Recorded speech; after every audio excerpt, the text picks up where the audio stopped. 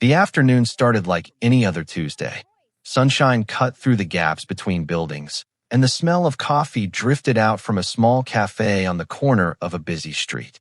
People moved in every direction, some rushing, some strolling, some just trying to get from one place to the next without thinking too hard about it. Maya stepped out of the cafe with a warm drink in her hand. She was young, maybe 19, with her hair pulled back and a backpack slung over one shoulder. She looked like any other college student enjoying a break between classes. No security, no entourage, no reason to think this afternoon would be anything other than ordinary. She had grown up learning that ordinary was a gift. Her father had taught her that. He had always said that the best days were the quiet ones, the ones where nothing happened. She believed him. She still did. She didn't notice the man right away. He was leaning against the side of a parked delivery van, arms crossed, watching people walk by the way someone watches when they're bored and looking for a reason not to be. He was big, not gym big, just the kind of big that comes from a life spent getting what he wanted by making sure people were too uncomfortable to say no. When Maya passed him, he made a sound. Low, rude, the kind of thing you say when you want someone to feel small. She kept walking. Most people do. Most people hope that if they don't react, whoever it is will get bored and move on. He didn't move on. She heard footsteps behind her, then faster, then his voice, louder now. Hey. I said, hey. What? You think you're too good to stop? Maya turned slowly. Her jaw was set. Her voice was calm. I don't want any trouble. She had learned that too, from her father. Don't escalate. Don't give them more fuel. Stay calm and give them a way out. He didn't take it. He stepped closer, shoulders wide. Chin up, the posture of someone who had been told yes too many times in his life. You think ignoring me is polite? You think that's okay? I don't know you, she said evenly. I wasn't being rude. You were being disrespectful, he snapped. And I don't let that slide. Around them, people began to slow down. Not to help. Not yet. Just to watch. A few glanced over their shoulders. A woman with a stroller crossed to the other side of the street without making eye contact. A teenager lifted his phone. Maya kept her voice steady. I'm going to keep walking now. Have a good day. She turned. That was when it happened. His hand shot out and grabbed her by the back of her jacket, yanking her backward. She stumbled. Before she could find her footing, his arm came around the front of her throat, locking her in place. Not a grab, not a warning, a choke. His forearm pressed hard against her windpipe, and the air that had been in her lungs simply stopped having anywhere to go. The crowd froze. Someone gasped. A man somewhere behind her said, Hey, whoa, whoa. But no one moved. No one stepped forward. Maya's hands went to his arm immediately, not panicking, not clawing wildly, just pressing, searching for space, for any gap at all. She had trained for moments like this. Not constantly, not like a soldier, but enough. Her father had always said that training wasn't about becoming a fighter. It was about not becoming a victim when you had no other choice. She kept her feet planted. She breathed in tiny sips of air whenever she could. She focused on staying conscious, on staying present, on not giving in to the rising panic that was screaming inside her chest. You don't just walk away from me, the man said loudly. He was talking to the crowd now as much as he was talking to her. Performing, feeding off the silence. You understand? You show respect. Phones were recording from every angle. Nobody was calling for help loudly enough. Nobody was stepping in. A woman near the back of the crowd said, Somebody do something. Nobody did. Maya's vision blurred slightly at the edges. She pressed her fingers against a specific point on his forearm, not hard enough to hurt, just enough to remind herself that her hands still worked, that her mind was still running. Her father's voice in her memory, steady as stone. Control your fear before it controls you. The moment panic takes over is the moment you lose options. She still had options. Her lips moved, barely a whisper, but clear enough for the people closest to her to hear. Please, let me go? My father is coming. The man laughed. It was a big laugh, the kind designed for an audience. He looked around at the crowd with wide eyes and an enormous grin. Her father's coming, everyone. I should probably run. A few people laughed nervously. Most stayed silent. The man shook his head like this was the funniest thing he had ever heard. That's precious. That's really precious. But Maya wasn't saying it to embarrass herself. She wasn't pleading out of desperation. She was saying it because it was true. Her father was coming. She had texted him 20 minutes ago to meet her at the cafe. She knew exactly how close he was.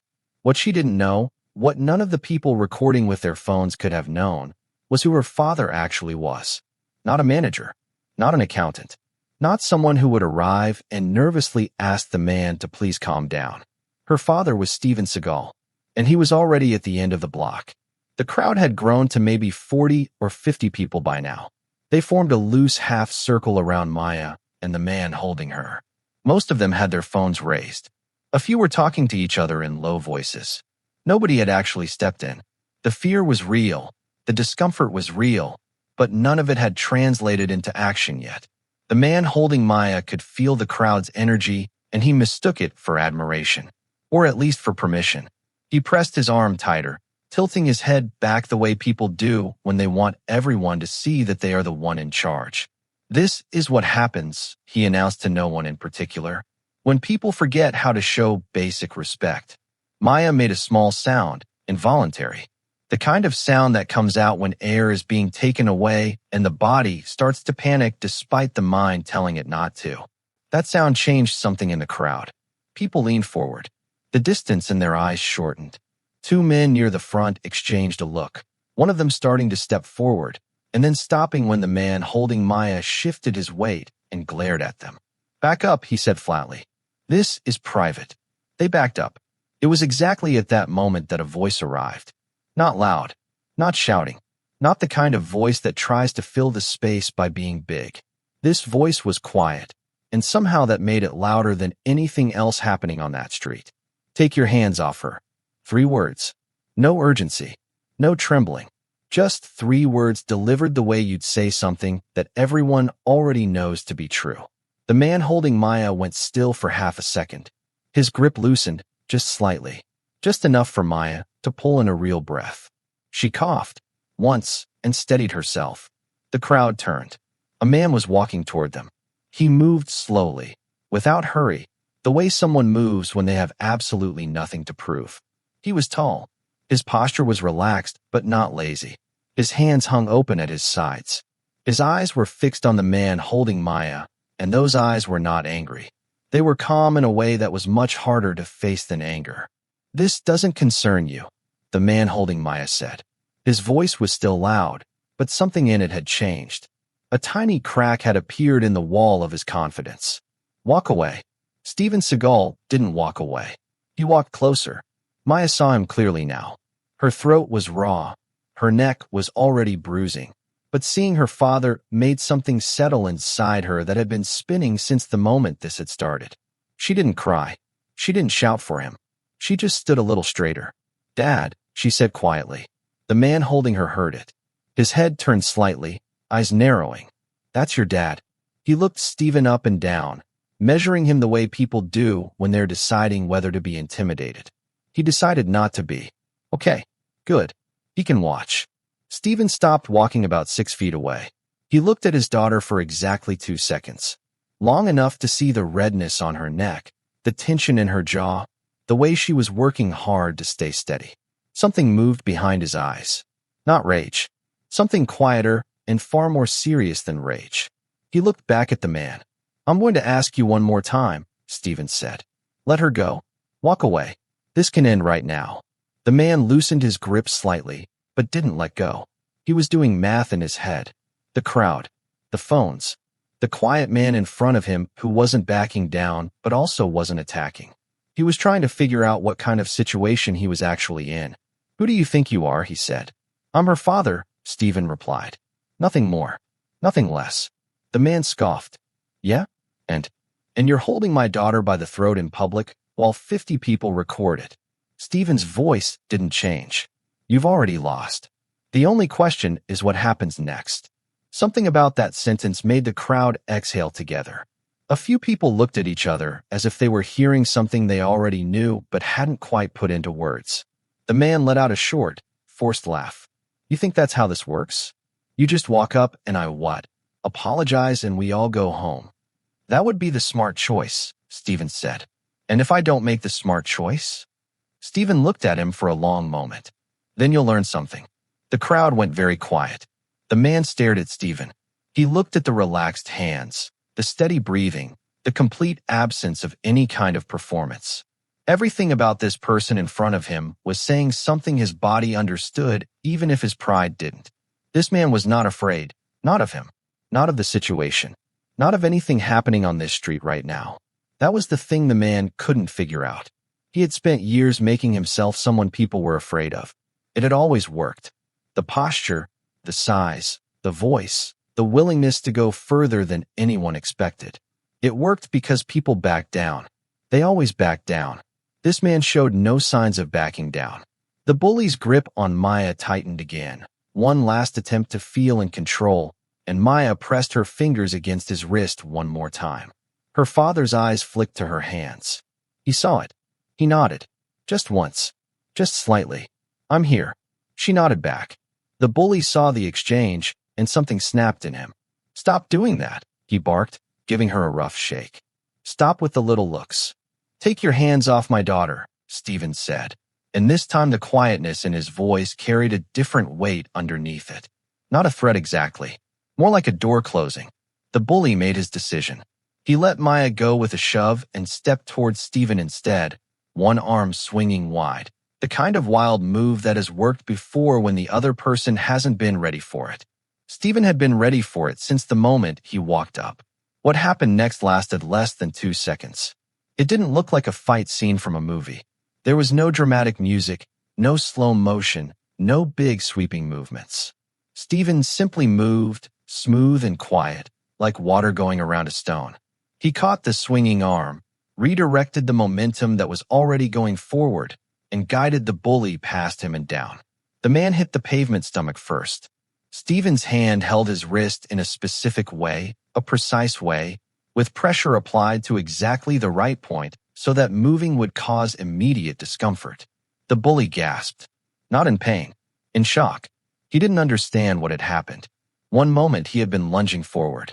The next moment he was on the ground, and he couldn't get up, not because he was weak, but because the grip holding him made standing up feel like the worst idea he had ever had. Don't move, Steven said from above him. Simple. Calm. Advice. The bully didn't move. The crowd erupted. Not in cheers exactly. More like 40 people exhaling at the same time, and then starting to talk all at once. Phones were still recording. People were moving closer. A woman near the front was pressing both hands against her mouth. A teenager was shaking his head slowly with wide eyes. Did he even throw a punch? Someone said.